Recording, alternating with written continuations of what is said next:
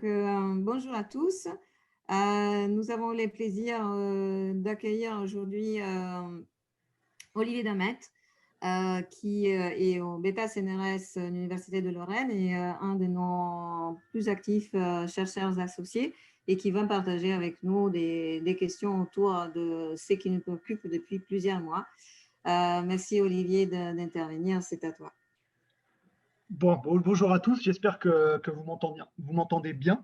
C'est un peu inédit toujours comme format, donc voilà, je vais essayer de faire le plus dynamique possible. Merci pour cette introduction, Anna. Je suis très heureux de présenter aujourd'hui pour la chaire.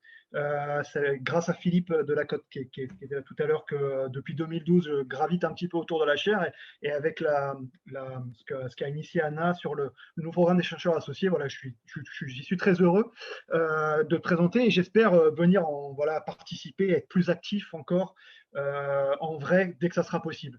Alors bien évidemment, c'est pas possible pour le moment. Pourquoi? Parce que on est tous confrontés à la même problématique qui est l'épidémie de Covid-19. Et donc en fait, mon intervention aujourd'hui vise à se demander si le climat, alors au sens très large, mais vous allez voir que je vais le restreindre assez vite au weather, c'est-à-dire plutôt aux facteurs météorologiques, plus qu'au climat au sens strict, est un facteur qui peut nous protéger ou au contraire qui est un facteur aggravant de l'épidémie de Covid-19. Alors pour la genèse en introduction de ce papier, en fait, c'est un papier qui appartient à un projet qui est plus large. Donc dans ce papier-là, dans ce travail-là qui est en révision pour PLOS ONE, l'idée est de travailler sur une approche macroéconomique, macroéconométrique plus générale, centrée sur les pays de l'OCDE. Donc c'est un travail macroéconomique empirique pour le catégoriser globalement, qui s'inscrit dans un projet plus large sur les déterminants macroéconomiques de l'épidémie de Covid-19. Alors, être capable de comprendre quels sont au niveau macroéconomique les déterminants et l'hétérogénéité interpays. Qu'est-ce qui fait en fait que certains pays réussissent mieux à endiguer l'épidémie que d'autres? Donc on peut penser tout simplement à nos infrastructures médicales, mais ça va beaucoup plus loin. La part de la population âgée, notre niveau de richesse, la mise en place de nos politiques de mitigation, enfin de contrôle, est-ce qu'on est plus ou moins strict dans la mise en place de ces politiques, etc., etc. Et en fait, dans cette masse de déterminants, l'idée en fait est vraiment de regarder si les facteurs météorologiques ont une incidence sur l'épidémie de Covid-19. Si je veux prendre un exemple, est-ce que le fait que la seconde vague en France soit repartie là au mois de septembre, fin septembre, début octobre, est-ce que c'est un hasard avec le refroidissement? Est-ce que de la même façon, le fait qu'on soit sorti de la première vague au printemps dernier et à l'été où on a vu que les indicateurs étaient meilleurs, est-ce que c'est un hasard aussi? Et est-ce que c'est des choses qu'on retrouve à l'échelle des pays de l'OCDE? Alors on aurait pu effectivement travailler à une échelle plus globale sur l'ensemble des pays du monde, par exemple. Bon, ça pose des problèmes après en termes de disponibilité de données, de qualité de données, de consistance des estimations, etc. On a voulu, parce que c'est sur ce papier-là, voilà, il y a des choses que je fais tout seul, mais sur ce papier-là, c'est une coopération, il faut que je le dise quand même, avec Clément Natona de l'Université de Lorraine et du Beta et Stéphane Goutte de Versailles-Saint-Quentin, Paris-Saclay. Sur ce papier-là, l'idée, c'était vraiment de se centrer sur des pays qui ont connu à peu près en même temps tous la première vague. Donc, c'est-à-dire plutôt des pays de l'hémisphère nord, plutôt des pays riches, plutôt des pays qui ont des infrastructures globales, parce que l'idée, c'est que si on veut regarder un peu l'effet toutes choses égales par ailleurs des facteurs météorologiques, il faut être capable d'isoler et d'identifier correctement cet effet. Donc, c'est un réel parti pris. Je suis prêt à en discuter après. Voilà. Pour compléter, sachez qu'on a un papier centré sur la France, cette fois-ci, sur les villes françaises. Et sans vouloir un peu dévoiler tous les résultats sont vraiment concordants entre ce qui a été mené sur les villes françaises sur la première vague et ce qu'on obtient au niveau de l'échelle des pays de l'OCDE. Alors, il faut savoir qu'il y a eu beaucoup de travaux qui ont mêlé les facteurs météorologiques. Donc, on a bien évidemment beaucoup des travaux menés sur la température, sur l'humidité, et puis dans le même ensemble, beaucoup de choses sur la pollution. Dans le papier français, on a travaillé sur la pollution. Il y a effectivement des effets qui sortent, c'est-à-dire que l'effet qui veut que la pollution puisse nuire aux facteurs de respiration, et puis c'est un facteur aggravant de la transmission et de l'intensité du virus, c'est quelque chose qu'on a retrouvé. Néanmoins, ce n'est pas quelque chose dont je suis parfaitement convaincu, et donc dans ce papier-là, on se centre uniquement sur les facteurs climatiques. La littérature sur les facteurs climatiques, alors, encore une fois, météorologiques, je devrais quand même le dire là, parce que au départ, on était comme un projet plus global climat. Là, c'est vraiment climate égale weather égale facteur météorologique. Cette littérature, elle s'est focalisée essentiellement sur température, humidité. Nous, ici, on va utiliser 5 facteurs météorologiques, température, humidité, mais aussi précipitation, la vitesse du vent, et ce qu'on appelle la shortwave solar radiation, c'est-à-dire tout simplement les facteurs UV. Est-ce que l'intensité du rayonnement solaire peut avoir lui-même, indépendamment, un effet sur la survie du virus et sur le taux, je perds mes mots, sur l'intensité de la transmission du virus. Alors vous allez me dire, pourquoi s'être intéressé à ça? S'être intéressé à ça, la première, c'est parce que, si vous vous rappelez, l'année dernière, au mois de mars, avril, on avait Trump, Bolsonaro qui fanfaronnaient en disant mais de toute façon, ça va faire comme la grippe, il n'y aura qu'une vague épidémique et même pas, et puis avec les beaux jours, ça va partir, etc. On a même eu notre éminent professeur Raoult qui a dit à peu près la même chose, il n'y a qu'une vague, ça repartira, etc. Et effectivement, on a des facteurs saisonniers. Et il y a eu beaucoup d'analyses derrière qui ont essayé de vérifier statistiquement ces facteurs saisonniers. Le problème, c'est que c'est beaucoup de travaux pluridisciplinaires d'ordre de la biostatistique, et que lorsqu'on se penche un peu dessus, quand on est économètre, ce qui est mon cas, j'ai oublié de le dire pour ceux qui ne me connaissent pas, moi mon truc c'est l'économétrie. J'ai commencé à la Banque centrale, la Banque de France comme économètre, je continue de faire de l'économétrie dans mes travaux, et donc en fait quand on porte un œil vraiment méthodologique, on se rend compte en fait qu'il y a beaucoup de disciplines qui publient des trucs qui sont vraiment pas robustes du tout, c'est-à-dire que c'est de la corrélation pure et simple, mais en fait qui est de la spurious regression, quoi. C'est-à-dire il n'y a pas du tout de causalité derrière, et en fait l'identification est très mauvaise. Donc ça, c'est le premier point qui m'a donné envie de travailler avec les collègues là-dessus, c'est d'essayer de faire un travail un peu plus robuste économétriquement, en voyant le nombre de conneries qui sortaient dessus. En tout cas, d'apporter quelque chose, puis on peut se gourer comme les autres, mais en tout cas, on apporte nous ce qu'on sait faire, et puis on voit ce que ça donne. Deux, on peut se demander, à la lumière de tout ce qui est sorti dessus, si l'intensité des facteurs climatiques dans cette optique n'a pas été surestimée.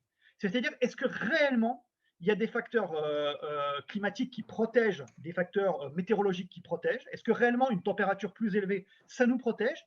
Et surtout, au-delà de ça, c'est bien beau de sortir un papier de corrélation qui montre un facteur négatif, donc plus il fait chaud, moins il y a de transmission du virus, mais pourquoi? Pourquoi? La valeur ajoutée de ce papier, ça a été d'essayer de comprendre qu'il y a deux effets, qu'on appelle des effets directs, qui sont des facteurs physiques. Alors là, c'est tout simplement ce qu'on a en expérience de laboratoire, c'est-à-dire que vous avez des virologues, des biologistes qui vont travailler sur la survie du virus sur une certaine atmosphère. Et puis, vous avez des facteurs indirects. Les facteurs indirects, c'est ceux qui sont les plus proches de ce qu'on peut nous comprendre en sciences sociales, c'est-à-dire des facteurs qui sont liés à ce que font les gens. Est-ce que les facteurs directs, les facteurs physiques, sont aggravés ou au contraire annihilés par les effets humains? En gros, selon qu'il fasse beau ou qu'il fasse pas beau, est-ce que les gens réagissent de la même façon? Est-ce qu'ils se comportent de la même façon? Et est-ce que leur comportement, lorsqu'il fait beau ou pas beau, pour schématiser, va avoir une incidence sur la transmission du virus? Ce qu'on trouve, c'est que effectivement, l'effet direct existe. Il est plutôt faible, mais il existe. On est capable de montrer qu'il existe au-delà des températures et de l'humidité, mais que la radiation solaire a également un effet, comme ça a pu être démontré en laboratoire. Mais au-delà de ça, et surtout, la mobilité individuelle, elle a un impact. C'est-à-dire que s'il fait beau, vous êtes plus enclin à sortir et aller dehors, et à vous aérer, et à peut-être à moins vous contaminer. Ça, c'est plutôt un effet qui est améliorant. À l'inverse, quand il fait beau, je prends le cas de Nice l'année dernière, on décide de faire des concerts à 5000 personnes dehors, avec des mecs à 3 heures du matin sans masque, qui bourrés s'embrassent jusqu'au petit matin. Et ça, c'est pas bon, parce qu'il fait certes beau, mais le fait qu'il fasse certes beau et qu'on soit dehors, là va être un facteur aggravant, parce que notre mobilité individuelle, le fait qu'on dise, bah ouais, il y en a marre, on vient d'être enfermé pendant 2 mois, on a envie d'aller à un concert, on a envie de voir nos amis, on a envie d'aller manger dans un restaurant, un barbecue, etc., bah, ça peut contrebalancer l'effet direct marginal physique. Voilà. Je vous ai fait l'histoire en quelques mots. Maintenant, il me reste à vous démontrer que ce que je dis est correctement démontré. Voilà. Alors, juste très rapidement, ça, c'est issu des données françaises. C'est un petit graphique de fait stylisé pour se demander effectivement. C'était quelque chose qui me trottait assez rapidement dans la tête au moment de l'épidémie. J'avais repris la moyenne des températures en février dernier en France et j'avais regardé ce qui se passait sur l'incidence en mars-avril. Donc en fait ici, c'est le taux d'hospitalisation. Et donc on regarde en fait le taux d'hospitalisation pour un certain nombre de villes françaises et on le croise avec la température moyenne du mois de février. Je vous avoue que l'idée que j'avais en tête, c'est de me dire, mais pourquoi Paris et la région Grand Est ont été les régions qui ont été les plus touchées tout de suite? On peut chercher des explications en se disant, bah, peut-être qu'il y a eu tout simplement plus de mobilité étudiante. Peut-être qu'il y a eu des gens qui venaient d'Italie à ce moment-là, alors que l'épidémie en Europe a commencé davantage par l'Italie. Est-ce qu'il y a un effet frontière?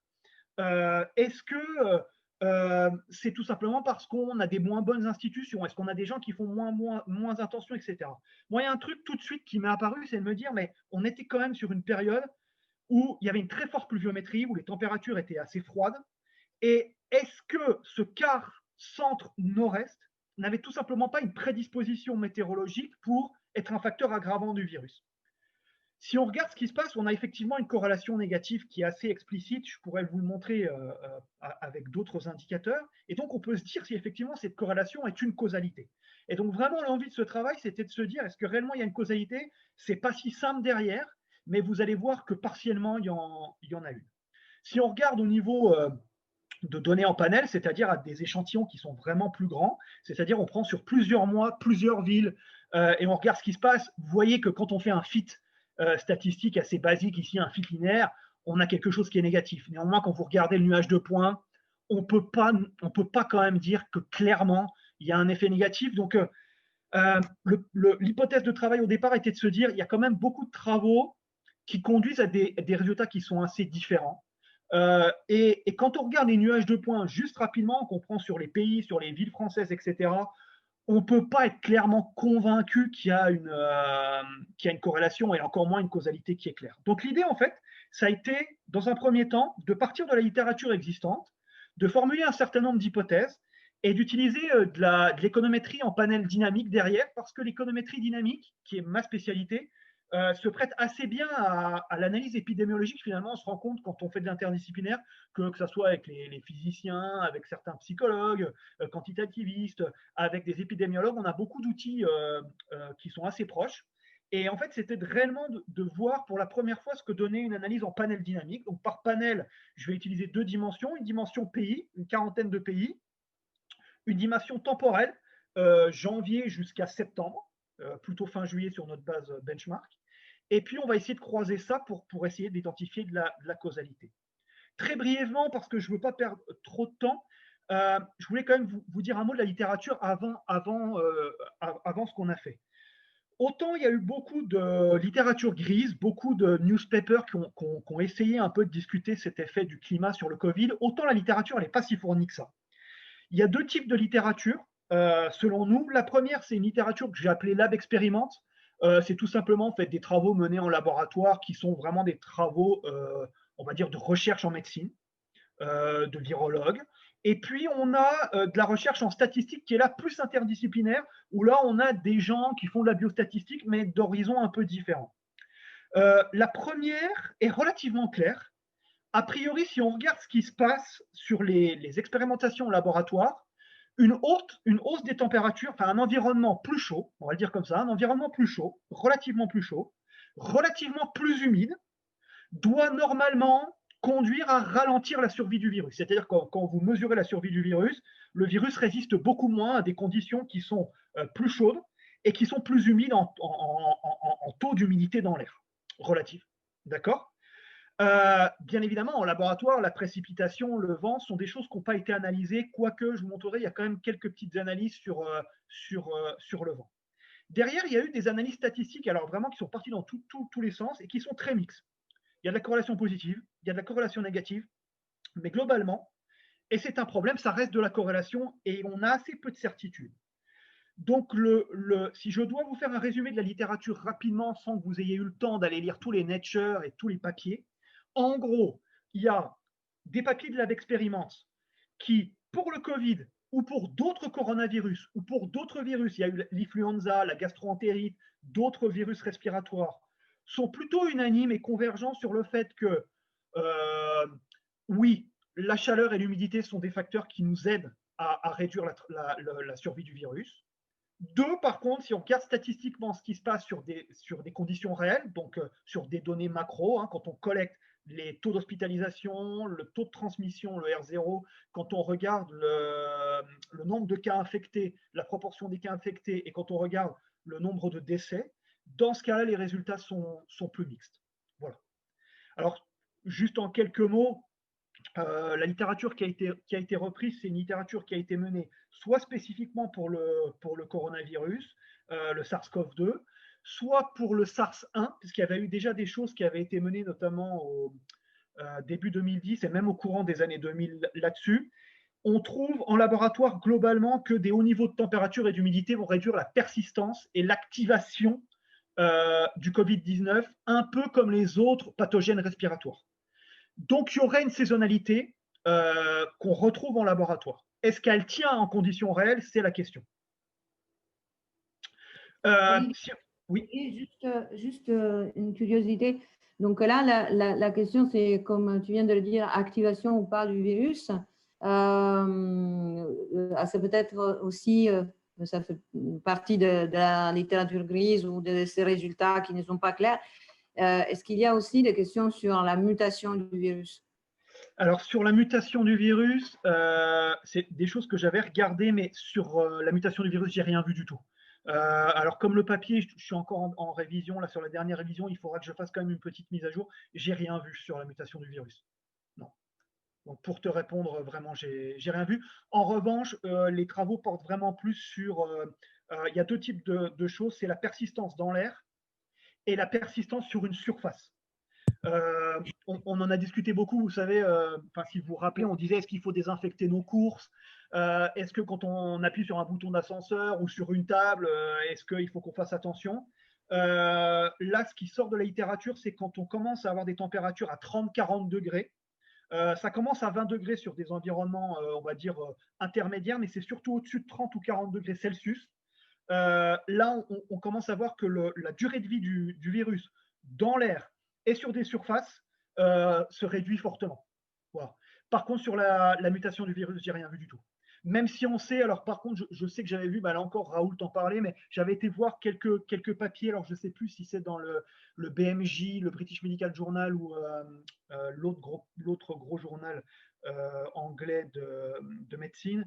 Il y a eu des mutations, a priori, mais qui restent très stables. Donc le virus n'aurait a priori, de ce que j'ai lu, sans être médecin ou épidémiologue ou virologue, le virus a beaucoup muté, mais il est resté très stable dans sa structure. Donc on peut penser en tout cas que si le facteur climatique avait dû le modifier, il ne l'a pas modifié fondamentalement pour nous améliorer les choses. Voilà. Je ne sais pas si je réponds à ta question. Mais... Oui, merci beaucoup. Voilà. Alors pour vous dire aussi, il y a quand même des travaux qui ont été faits alors, sur d'autres virus avant qui vont vraiment dans l'autre chose. On peut le voir, alors c'est important de le voir de manière asymétrique. C'est-à-dire qu'on a tendance toujours à penser les choses comme symétriques avec des effets linéaires et proportionnels. Ça, c'est un peu notre déformation. On pense que quand il fait chaud, c'est bien et quand il fait froid, c'est pas bien. Je pense que d'après ce que j'ai lu, c'est plus nuancé que ça. C'est-à-dire que quand il fait très chaud, à partir d'un certain seuil, réellement, le virus va se dégrader et sa survie va se dégrader. En revanche, quand il fait froid, ou quand il fait, alors quand je dis il fait froid, s'il fait 0 degré, 5 degrés, 10 degrés, il ne va rien se passer en fait. C'est pas que... parce que je sais que ça revient en ce moment, je l'ai encore entendu cette semaine, il fait froid, donc du coup, l'épidémie de Covid, elle va être pire. Mais en fait, c'est pas ça. En fait, directement, physiquement, il se passe rien.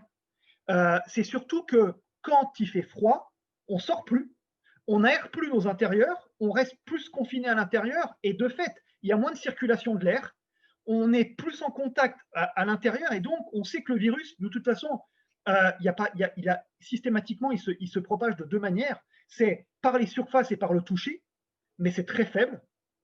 Et surtout par les droplets, les gouttelettes et l'air ambiant. Par les droplets, il suffit de mettre un masque. A priori, si on met un masque, et d'ailleurs, heureusement, vous n'êtes pas en face de moi parce que je suis un gros postillonneur, donc là, je n'en ai pas, c'est très très bien que je suis en visio. Dans ce cas-là, si on a un masque, a priori, on réduit très fortement. Les études montrent qu'on a quand même des taux de réduction à 90%, 95% pour les masques FFP2. Pour l'air ambiant, là, par contre, c'est plus nuancé. Si vous regardez, notre président, là, est positif et malade. Comment est-ce qu'il l'a eu? Il porte a priori toujours un masque. C'est simplement que quand vous avez des réunions, vous avez des dîners, là, c'est une catastrophe. Je le dis à titre personnel, je me mouille un peu, j'ai pas peur d'aller au-delà de cette étude. Je comprends pas je comprends pas à un moment donné qu'on ferme les musées et les théâtres, là où on peut simplement avoir des gens qui sont masqués et séparés, et qu'à l'inverse, on laisse, comme ça peut arriver dans des écoles, des taux de propagation qui sont élevés. Voilà. Il y a des choses qui sont antinomiques. Or, la principale propagation du virus, c'est dans l'air ambiant. Et ce que ces travaux montrent, parce que je n'ai pas le temps de vous expliquer toute la littérature, c'est que sur la surface et surtout dans l'air ambiant, il y a des choses qui se passent. Alors, bien évidemment, sur l'humidité et la température, c'est le plus important. Et puis derrière, on a des choses qui se passent sur la vitesse du vent. Alors, il y a eu des travaux. Alors là, il faut me croire, hein, je détaille toute la littérature, mais elle est convergente sur température, humidité. On regarde ce qui se passe sur la gastroentérite, sur d'autres coronavirus, sur la grippe. Tout ça, c'est convergent. Là où on a des choses plus mixtes, c'est lorsque c'est statistique, par exemple, sur le vent. Bon, alors sur la précipitation, on ne trouve pas grand-chose. Il y a assez peu de liens sur le fait que la pluie aurait un effet direct. On ne comprend pas bien pourquoi, d'ailleurs, ça en aurait un. Ensuite, vous avez des choses sur le vent, bizarrement. C'est-à-dire sur le fait que lorsqu'il y a du vent, certaines études ont montré que la projection des gouttelettes pourrait aller de 2 mètres jusqu'à 6 mètres. S'il n'y a pas de vent, un vent nul, a priori, dans une aire de 2 mètres autour de vous, vous êtes relativement protégé, notamment si vous êtes dehors et que vous portez un masque. En revanche, s'il y a du vent, il est montré que même dehors, certaines études, il y a une projection qui peut aller jusqu'à 6 mètres, que les particules, en fait, les gouttelettes peuvent rester 10 minutes en suspension dans l'air, et donc, en fait, le vent, tout simplement, en fait, les redirige et peut vous en amener une partie et donc vous en inhaler, tout simplement. Donc, on a voulu nous vérifier un impact macro. Alors, c'est toujours le problème quand on fait de la macro au niveau agrégé. On peut toujours nous reprocher qu'est-ce que vous captez vraiment, mais on a voulu regarder si la vitesse du vent pouvait avoir un effet. Voilà. Alors, une question que je m'étais posée sur la littérature statistique, c'est le lac de contrôle, variable. C'est-à-dire qu'il y a beaucoup d'études statistiques qui montrent des choses, mais avec de la corrélation bidirectionnelle. On prend deux variables, on regarde ce qui se passe. Bien évidemment, si vous ne contrôlez pas l'effet du confinement, la part de la population âgée, la part des diabétiques, les gens qui sont vaccinés par la tuberculose parce qu'on sait que c'est des effets protecteurs, votre GDP, la densité médicale, votre nombre de lits, etc. Est-ce que ça tient toujours? Les études, a priori, il y a une étude italienne qui a mené les choses et qui a montré que oui, ça tient. Et qu'a priori, les pays de l'hémisphère nord qui avaient les températures autour de 5 degrés avec des taux d'humidité de 4-6 grammes par mètre cube étaient les pays qui avaient été les plus touchés dès le début de l'épidémie, même quand on contrôle par la population sa structure, la densité médicale, les dépenses de santé et tout ce que vous voulez. Néanmoins, toutes ces études ont été menées quand même au départ sur janvier-mars 2020, janvier-avril 2020, et donc il est quand même bien de voir si on peut avoir des effets jusqu'à juillet, août, septembre, parce que mine de rien, les températures les plus élevées dans l'hémisphère nord, on les a connues depuis mai-juin, on ne les a pas connues avant. Donc il faudrait réellement regarder ça. Donc ce qu'on a fait, nous, avec un panel dynamique, sur 6400 observations environ, puisqu'on va de janvier jusqu'à la fin de l'été pour capter toute la première vague. Si je peux vous donner un dernier message sur la littérature, et c'est peut-être celui qui résume le plus, il y a un papier de Baker, alors c'est quelqu'un qui est spécialiste en virologie, qui a publié un papier dans Nature, qui a été le premier papier un peu marquant sur cette question du climat, et elle dit en gros, oui, en laboratoire, on retrouve des choses, oui, c'est vrai. Néanmoins, les effets, ils ne sont pas assez caractérisés et ils sont sûrement trop faibles pour qu'on puisse penser qu'il suffira qu'il fasse beau et qu'il y ait de l'humidité pour qu'on se débarrasse du virus, et il faudra que les gens soient prudents et il faudra des vaccins. Et je pense toujours que c'est le cas, mais je vais vous montrer que même ça peut être pire. Voilà. Alors, je ne vais pas détailler la littérature sur la radiation solaire et le wind speed parce que j'aimerais quand même un peu plus vous parler des hypothèses théoriques. Alors, les hypothèses théoriques qu'on a voulu tester, c'est des effets directs et des effets indirects. Les effets directs, c'est que, 1, des températures froides et modérées, des niveaux d'humidité relativement faibles ou modérés, a priori, n'ont pas d'impact sur le virus d'un point de vue direct. En revanche, ils peuvent être améliorants quand ils sont élevés, au-delà d'un certain seuil, donc on aura un effet de seuil qu'on a testé d'ailleurs, ou lorsque vous avez vraiment des températures très élevées, des taux d'humidité très élevés, dans ce cas-là, alors c'est améliorant parce que les gens sortent. Et au-delà de ça, parce que la survie du virus, d'un point de vue physique, elle est affectée. 2, ce qu'on montre surtout, c'est que la mobilité, cet effet indirect, va propager cet effet direct ou au contraire va l'annihiler.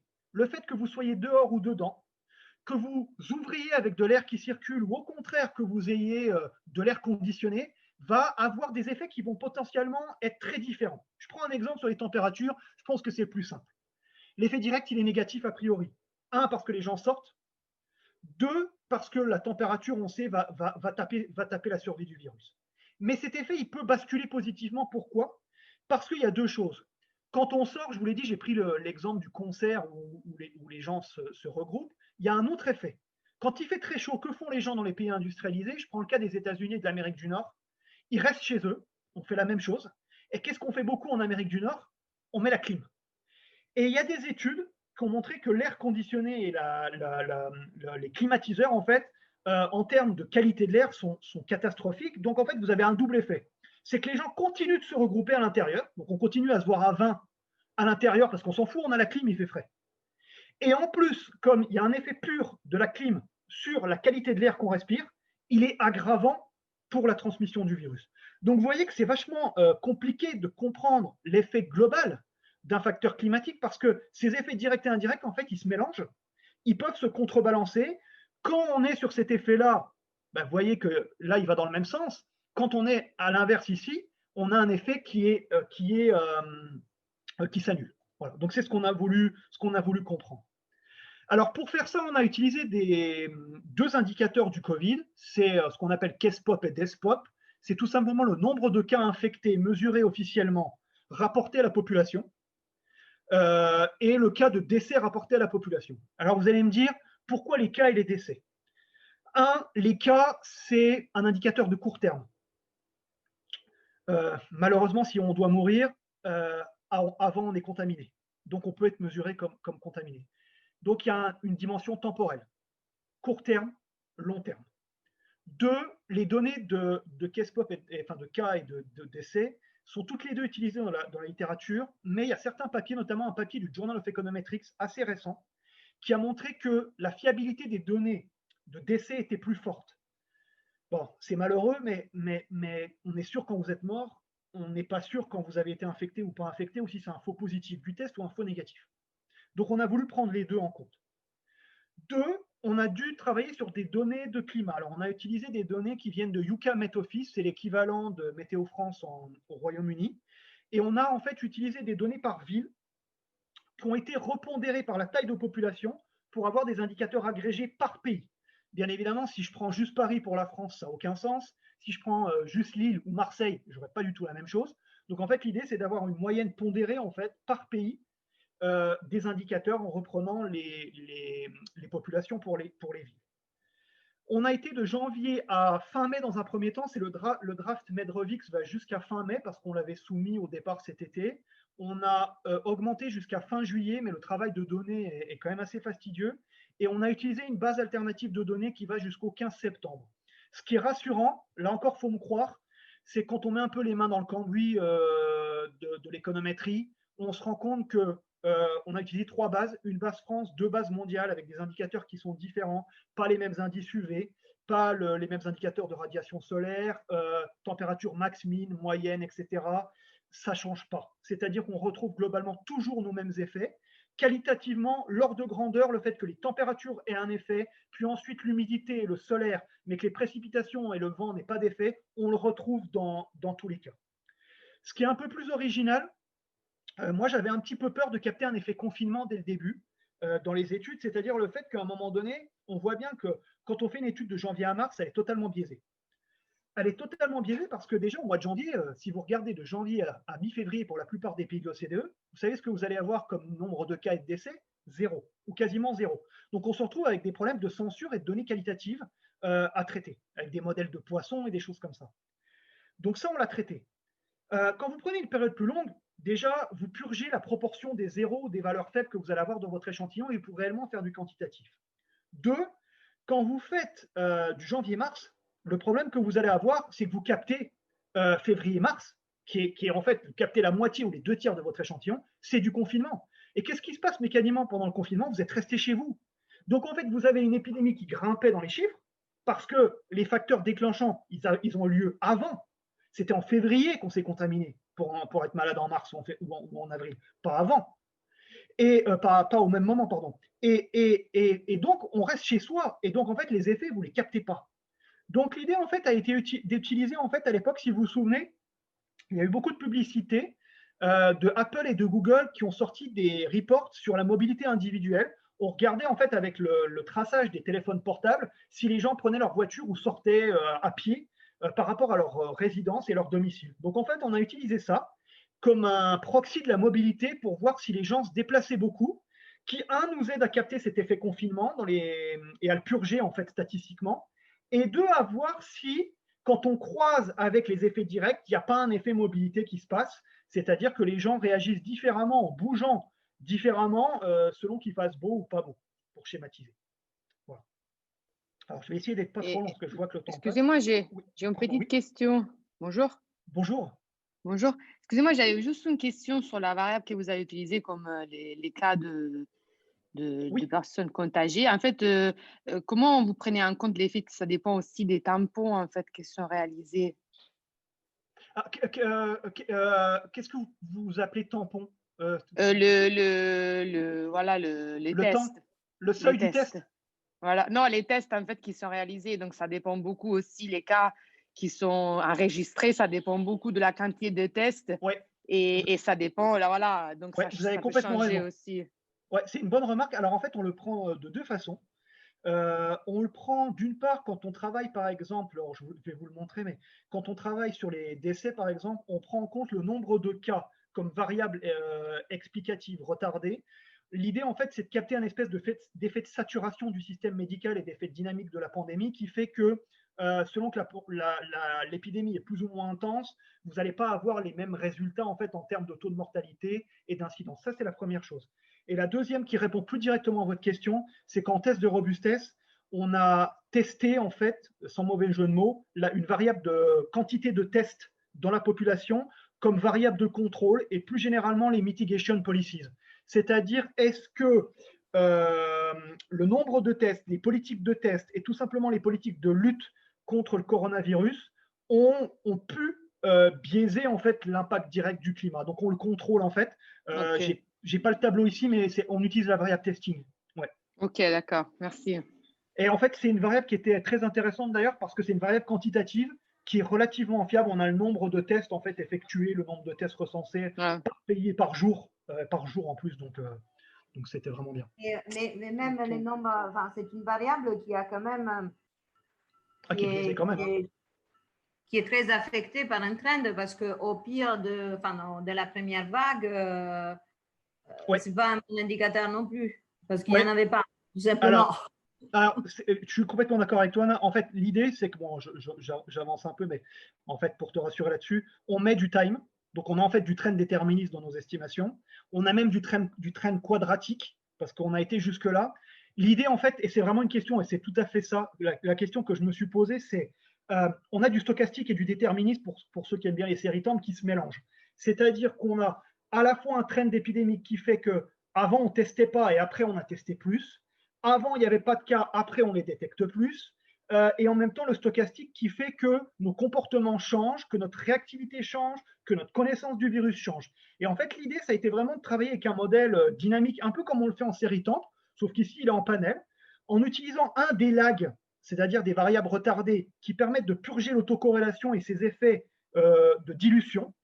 J'ai regardé beaucoup ce qui se passait sur les travaux épidémiologiques. En épidémiologie, on vous dit qu'il y a des cycles de 14 jours. 7 jours plus probablement 14 jours, c'est-à-dire qu'il y a les périodes d'infection, il y a les périodes de consolidation, il y a les périodes où on n'est pas sûr encore que les cas infectés soient bien recensés. Donc, on sait qu'au bout de 2-3 semaines, par exemple, il va se passer quelque chose. Et en même temps, les variables de test et les politiques, elles ont changé pendant ce temps-là.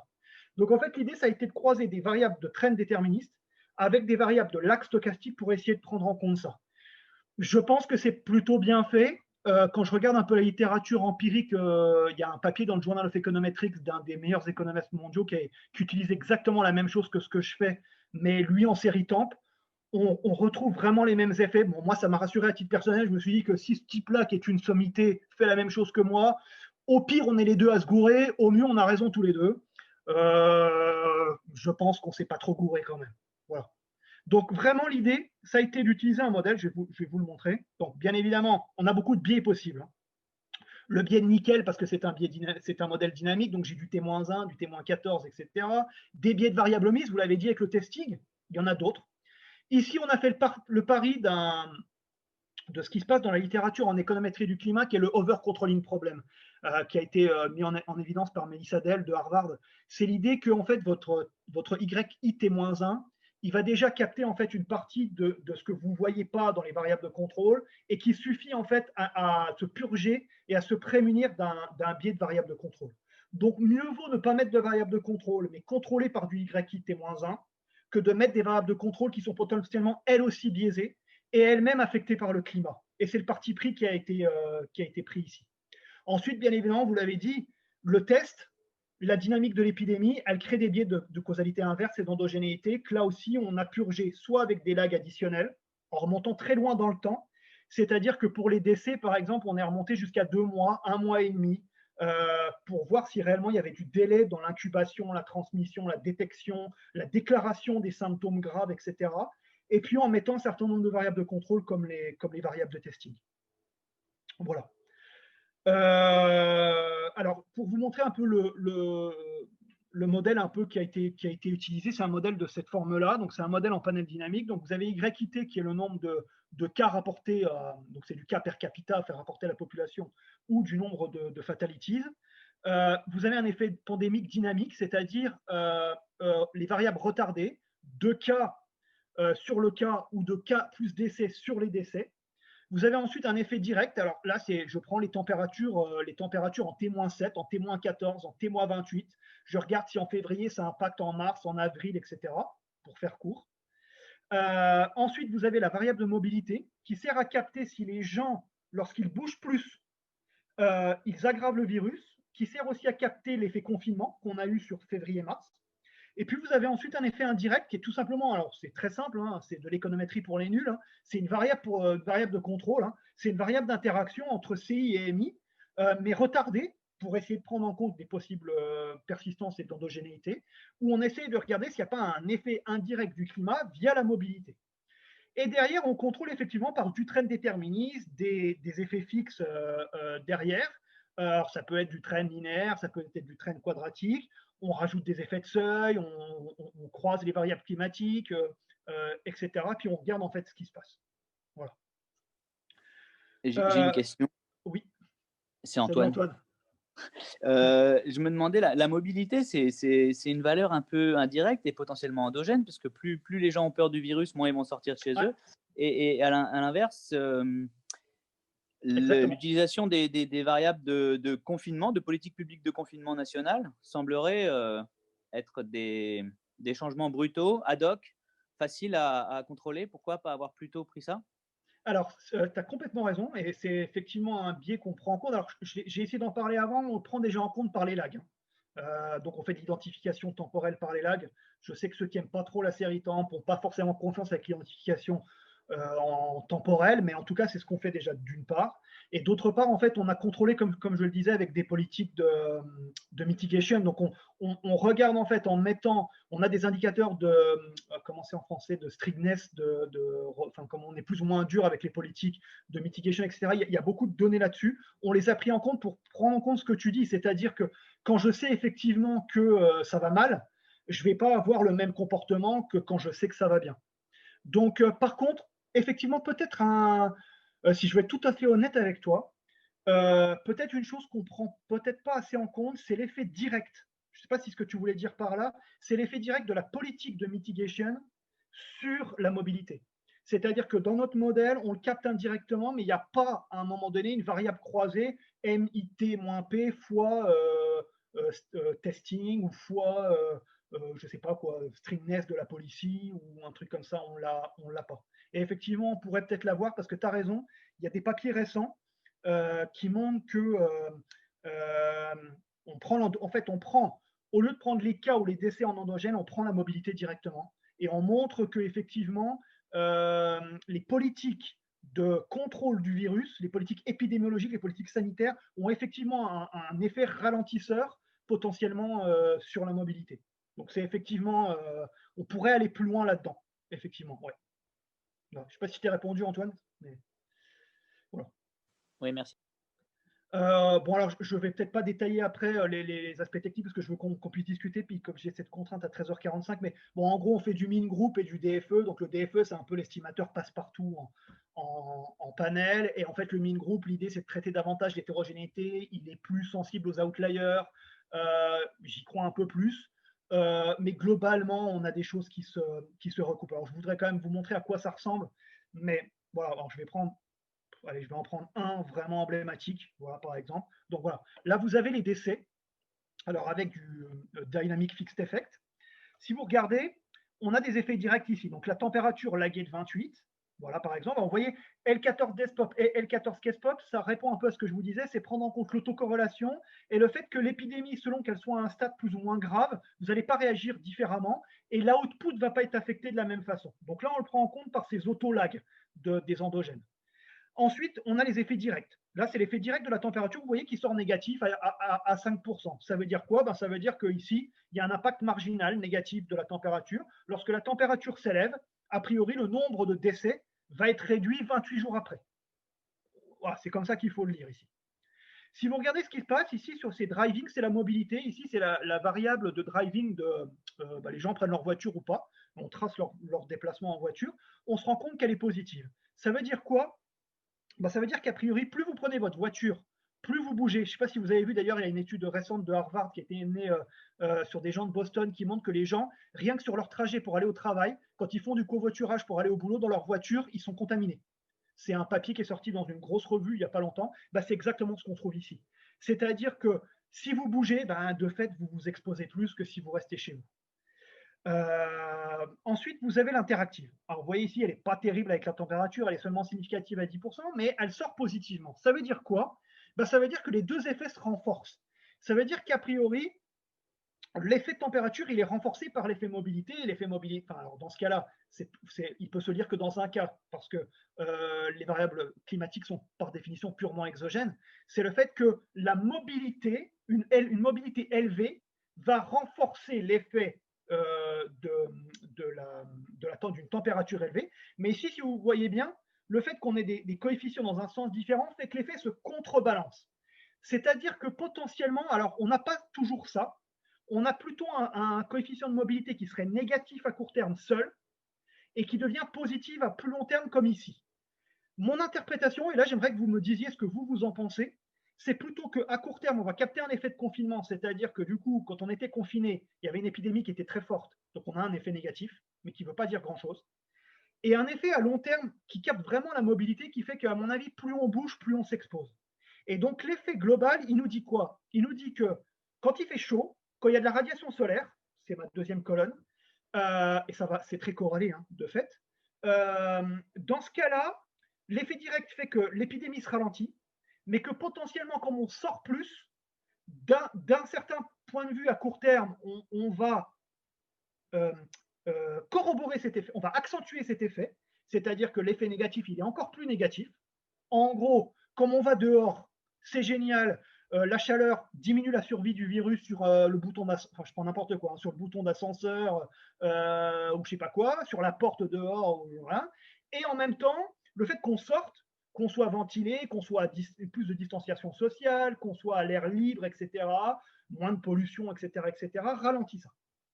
En revanche, au-delà d'un certain seuil, et ce qu'on capte plutôt à long terme, quand je bouge trop, Et je pense que c'est un peu ce qui s'est passé cet été. Quand on pensait que le virus, je dis on, hein, pardon, hein, je généralise beaucoup, hein, mais quand on pensait à titre agrégé que globalement le virus était fini, qu'on était peinard et que c'est cool, on peut aller à la mer et on peut aller faire des fiestas et des barbecues, bah peut-être en fait on s'est recontaminé. Parce qu'au-delà d'un certain moment, l'effet mobilité, il rejoue de l'autre façon. Il repasse positif. Alors, j'ai pas beaucoup de points de comparaison dans la littérature.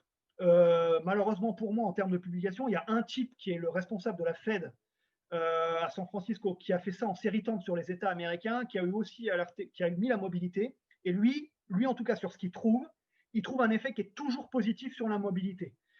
Les résultats ne sont pas directement comparables parce que nous, on est sur du pays, on est sur du panel. Lui, il est sur les États américains, il fait des fonctions réponse impulsionnelles avec des séries tempes. Mais en tout cas, j'ai quand même l'intuition, moi, que l'effet, il doit être positif. Et voilà, moi, j'aimerais votre avis là-dessus parce que moi, mon idée, c'est qu'il y a un effet court terme, long terme qui va purger plus ou moins l'effet confinement, statistiquement. Mais peut-être qu'on se gourre. Voilà. Alors, je vais conclure parce que je voudrais avoir un peu de temps pour Olivier, discuter. Oui, pardon. Oui, excuse-moi. Sur la mobilité, c'est pas directement lié à ce que tu disais, mais est-ce que ça peut pas être intéressant de distinguer les mobilités locales des mobilités un peu plus lointaines? On ne fait pas de spatial au sein du pays, mais tu peux imaginer. En gros, ce que j'ai dans la tête, c'est tout ce qui est lié à ce qu'on appelle les super contaminateurs. Tu vois, c'est les gens qui bougent beaucoup et qui tu vois, peut-être quelqu'un qui fait juste de chez lui à son boulot tous les jours et qui fait peut-être beaucoup de kilomètres à cause de ça, il va avoir moins d'influence que quelqu'un qui fait des déplacements nationaux, etc. Donc, il y a peut-être, tu vois, tu as peut-être un effet comme ça, local, national qui peut être testé. Ouais, alors je pense que c'est une bonne chose, mais j'aurais pas les données en fait parce que les données de Google et d'Apple, elles sont en variation de la part des déplacements par rapport à un benchmark avant le Covid. Tu vois, par exemple, en gros, okay.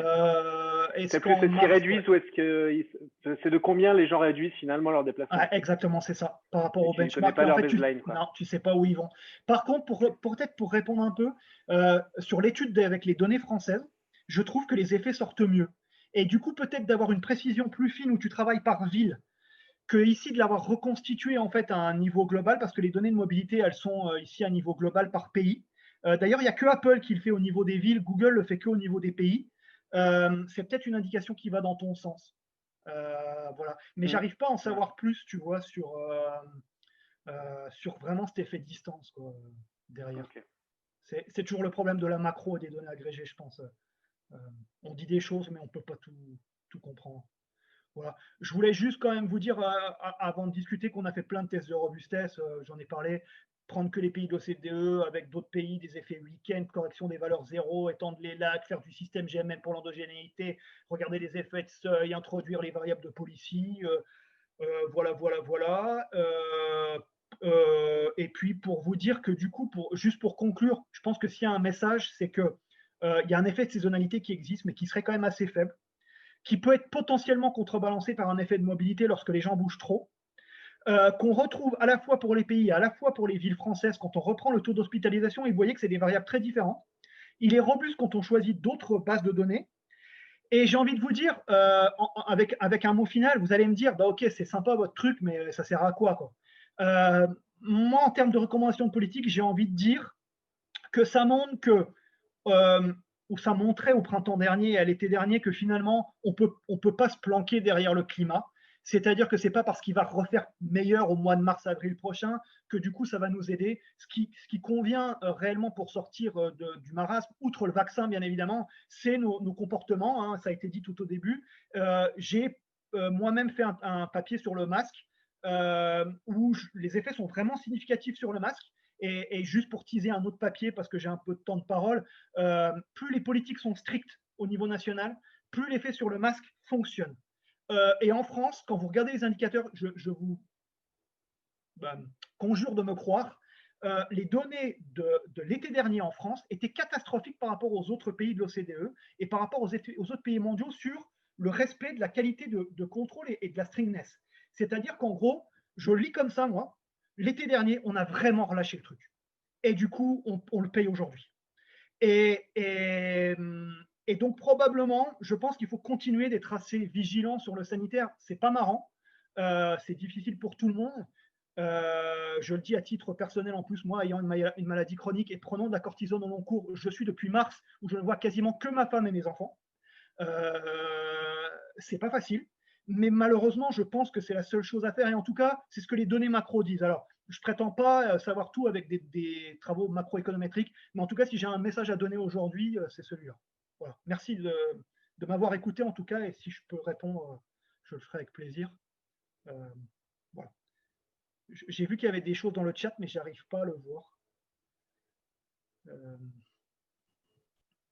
Du coup, je vais peut-être… C'était une réunion précédente. Ah, ok, bon, bah, ça va. Merci beaucoup, Olivier, de nous avoir éclairé. Je ne sais pas si j'ai respecté les règles du jeu pour le séminaire. J'espère que c'est parfait. Okay. C'est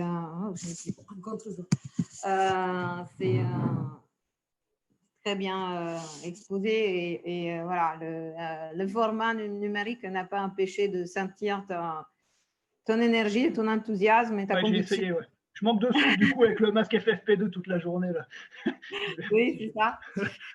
Bah, c'est quand même, il y a quand même, enfin, même, comme tu l'as dit, c'est la méthodologie qui rapproche après des études qui ont plus une vocation médicale avec nos considérations, mais la clarté du message, quand même, en termes de politique sanitaire, la question qu'on se pose, c'est face à ces résultats, pourquoi on n'arrive pas vraiment à avoir une gestion coordonnée de la crise. Enfin, même maintenant, on essaye de plus en plus de… Enfin, on avait évoqué la gestion, par exemple, ne serait-ce que des frontières à niveau européen, de façon coordonnée, on n'y arrive pas. C'est-à-dire, il y a toujours cette distance entre même sans aller dans les détails, même tout en se disant qu'il peut y avoir des erreurs, mais il y a quand même des messages importants, des messages forts, et les réponses politiques sont de plus en plus divergentes. C'est vrai. Si tu veux, hier j'avais une réunion alors, qui n'était pas du tout liée à ça, avec des éminents juristes de l'Université de Lorraine et avec des éminents médecins qui lancent un truc, alors c'est relié à la chaire pour le coup, donc tu vois, je t'en parle en plus, j'en profite, un truc sur la sécurité alimentaire. Et en fait, ils veulent comprendre comment finalement notre alimentation change au cours du temps avec un certain nombre de choses. Et en fait, pourquoi il y avait des juristes? C'est parce qu'en fait, ils se posent des questions sur la réglementation, le fait que quand on mange quelque chose, est-ce qu'on est sûr de ce qu'on mange? Et en fait, il y a un moment donné, un des éminents médecins qui prenait la parole, alors c'est l'équivalent du conseil scientifique local. D'ailleurs, il nous disait que, alors, moi, je vois qu'il y en a quelques-uns encore. Je sais que Philippe, peut-être encore, il est sur Nancy, etc. Mais on est une des pires villes de France en ce moment. Donc, Paris a un taux de circulation du virus qui est aux alentours de 110, 120. Donc, c'est pas mal. Nous, on est à 230. Et en Lorraine, le Grand Est, et Nancy est l'une des villes les plus touchées de France en ce moment.